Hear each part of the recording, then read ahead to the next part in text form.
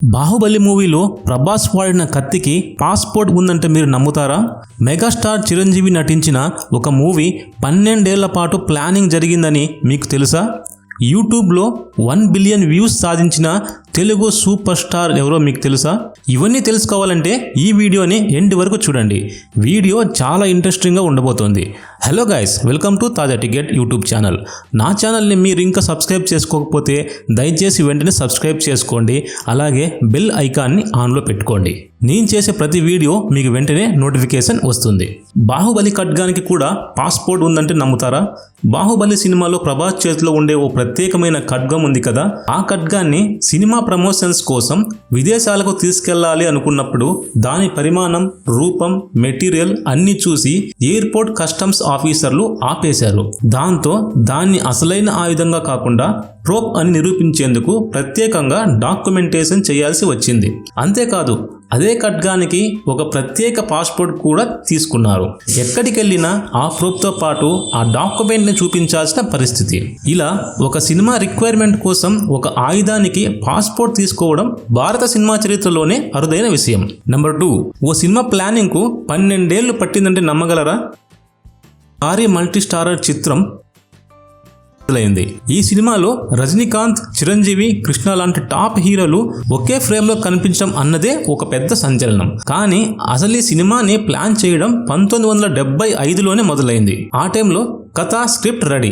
కానీ హీరోల dates combination settle కావడం, హీరోయిన్ సెలక్షన్, అన్ని సమస్యలతో ప్రాజెక్ట్ వాయిదా పడుతూ వచ్చింది. ఎన్నోసార్లు మానేయాలనిపించినా దర్శకుడు మాత్రం ఓపిక వదలకుండా సరిగ్గా కావాల్సిన కాంబినేషన్ అందే వరకు వెయిట్ చేశాడు. అందుకే ఈ సినిమా ప్లానింగ్ దాదాపు 12 ఏళ్లు పట్టింది. ఇది తెలుగు మల్టీ స్టారర్ అనే పదానికే ఒక బెంచ్ మార్క్ లాగా నిలిచింది. నెంబర్ 3, మహేష్ బాబు బాలీవుడ్ కి నో చెప్పిన ఏకైక తెలుగు స్టార్. స్టైలిష్ యాక్టింగ్ తో తెలుగు ప్రేక్షకుల మనసు గెలుచుకున్న మహేష్ బాబు ఉత్తర భారతదేశంలో కూడా మంచి ఫాలోయింగ్ సంపాదించుకున్నారు. అయినా కూడా ఆయన తన సినిమాలు హిందీలో డబ్బింగ్ చేయడం కానీ, బాలీవుడ్ లో నేరుగా సినిమాలు చేయడం కానీ ఇప్పటి వరకు జరగలేదు. అసలు కారణం ఏమిటంటే, మహేష్ బాబు ఓ ఇంటర్వ్యూలో ఇలా అన్నారు: నాకు తెలుగు సినిమా సరిపోతుంది, ఇక్కడ నేను సంతృప్తిగా ఉన్నాను అని. ఈ మాటల్లో మహేష్ కు తెలుగు ఇండస్ట్రీ మీద ఉన్న ప్రేమ స్పష్టంగా కనిపిస్తుంది. ఇందుకే ఆయన్ను ప్రౌడ్ టాలీవుడ్ హీరో అని అభిమానులు గర్వంగా పిలుస్తుంటారు. నంబర్ 4, కొన్ని సెకండ్ల సీన్ కి నిజమైన హెలికాప్టర్ వాడారు. ఎవరో తెలుసా?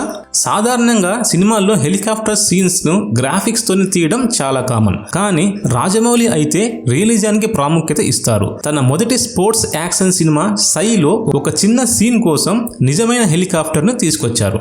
ఆ సీన్ స్క్రీన్ మీద మినిమం కొన్ని సెకండ్ల పాటు మాత్రమే కనిపించిన రాజమౌళి మాత్రం దానివల్ల వచ్చే రియలిజాన్ని దేంతోనూ కాంప్రమైజ్ చేయలేదు. ఎంత ఖర్చైనా పర్వాలేదు, ప్రేక్షకుడికి ఎఫెక్ట్ వచ్చిందా అనేది అతని దృష్టిలో ముఖ్యమైంది. నెంబర్ 5, యూట్యూబ్ లో 1 బిలియన్ వ్యూస్ అందుకున్న మొట్టమొదటి తెలుగు హీరో ఎవరో తెలుసా? అలా వైకుంఠపురంలో సినిమాలోని బుట్టబొమ్మ పాట యూట్యూబ్ లో రికార్డులు క్రియేట్ చేసింది. ఈ ఒక్క పాటతోనే అల్లు అర్జున్ యూట్యూబ్ లో 1 బిలియన్ వ్యూస్ అందుకున్న మొదటి తెలుగు హీరో అయ్యాడు. ఇది ఆ టైంలో బీట్స్ స్టెప్పులకి ప్రపంచవ్యాప్తంగా ట్రెండ్ అయ్యింది. నెంబర్ 6, చరిత్ర సృష్టించిన సెట్స్ ఏదో తెలుసా? బాహుబలి సినిమా కోసం రూపొందించిన మాహిష్మతి రాజ్యం సెట్స్ అంటే నిజంగా అద్భుతం. ఈ సెట్స్ ను రామోజీ ఫిలిం సిటీలో వేసిన వాటి వైభవం అంతలా ఉండడంతో అవి ఫిలిం సిటీకి ఓ ప్రత్యేక ఆకర్షణగా మారిపోయాయి. చాలా మంది టూరిస్టులు బాహుబలి సెట్స్ చూసేందుకు ప్రత్యేకంగా రాజమౌళి ఫిలిం సిటీకి వస్తున్నారు. ఈ సెట్స్ నిర్మించేందుకు ఖర్చైన మొత్తం చూస్తే అది కొన్ని చిన్న సినిమాల బడ్జెట్ కి సమానం. అంత స్థాయిలో గ్రాండియర్ డీటెయిల్ తో రూపొందించారు మాహిష్మతి ప్రపంచాన్ని. నంబర్ 7, కమల్ హాసన్ ఒకే సినిమాలో 10 పాత్రలు పోషించిన విషయం అందరికీ తెలిసిందే. దశావతారం అనే సినిమా తెలుగులో కూడా డబ్ అయింది.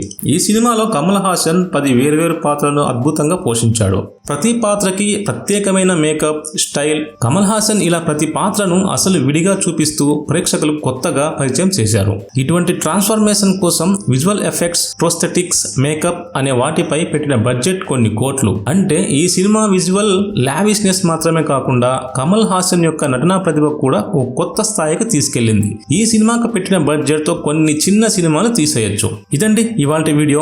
ఈ వీడియో కనుక మీకు నచ్చినట్లయితే దయచేసి ఈ వీడియోని లైక్ చేయండి, షేర్ చేయండి. అలాగే నా ఛానల్ని సబ్స్క్రైబ్ చేసుకోండి. Thank you.